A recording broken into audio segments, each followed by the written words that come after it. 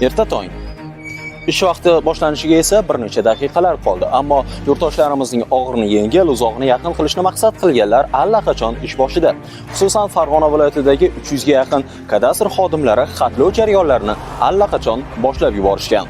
Bugungi kunga qadar O'zbekiston Respublikasining 937-sonli qonuni doirasida 132 mingdan ortiq manzilda xatlov ishlari amalga oshirildi. 66 mingdan ziyod obyekt e'tirof avtomatlashtirilgan axborot tizimiga kiritildi. Shuningdek, qariyb 6300 ta yer uchastkasi hamda ularda joylashgan bino va inshootlarga bo'lgan huquqlar e'tirof etildi. Bu jarayonlarda eng faol ishtirok etayotgan mutaxassislardan biri Oltiariq tumanida faoliyat yuritayotgan Nuriddin Latipov. Uning bir kunlik ish jarayoni bilan yaqindan tanishamiz.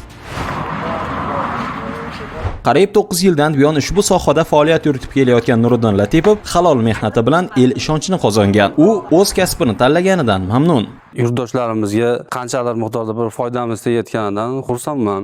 Bizdan oldingi tizimimizda ishlagan yoshli ustozlar bor. Shular aytishardi, bu sohada ishlash oldin qiyin bo'lgan.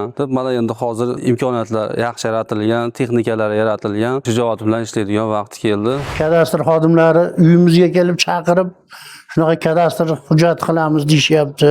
Biz u yerga borib qilishni bilmasdik. Mana o'zlaringiz kelibsizlar, rahmat sizlarga. Ishlaringizga muvaffaqiyat.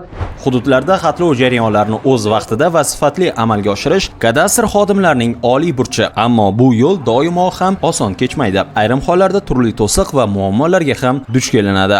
Bu ham pul. Bu aka qo'shningizdagi odam yashaydimi?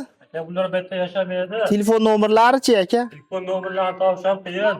Yana muammoli ekan-da bo'lmasa. Shunaqa xonadonlar vaqtimizni oladi, 1 soat vaqt shunaqa narsalarga ham ketib qoladi.